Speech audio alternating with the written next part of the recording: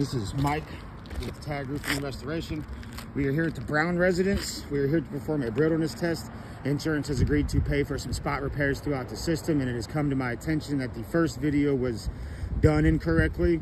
It appears that they had used the wrong tool to break the seal and to manipulate the shingles, which caused it to crack, crease, and break.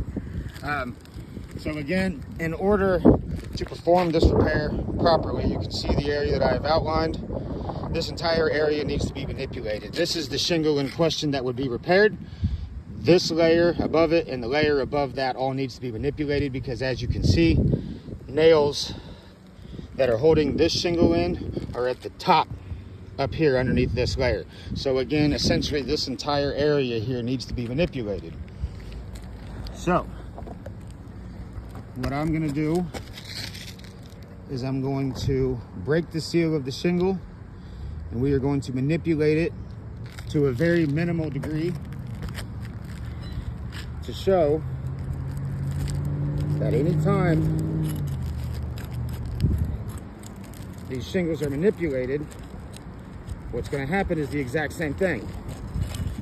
So again, in order to get a flush hammer or nail gun in here, these shingles have to be manipulated to a degree higher than what I am even at, because again, you cannot drill or hammer or nail gun into the wood at an odd angle, because what it does is it misshoots the nail and it can allow water to break in there.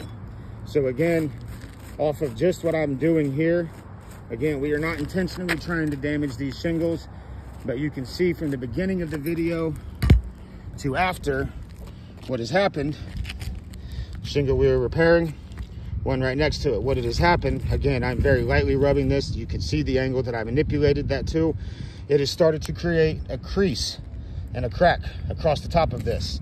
I did, as it was advised by State Farm, I used a regular pry bar, and again, I did not lift this to the degree that it would need to be.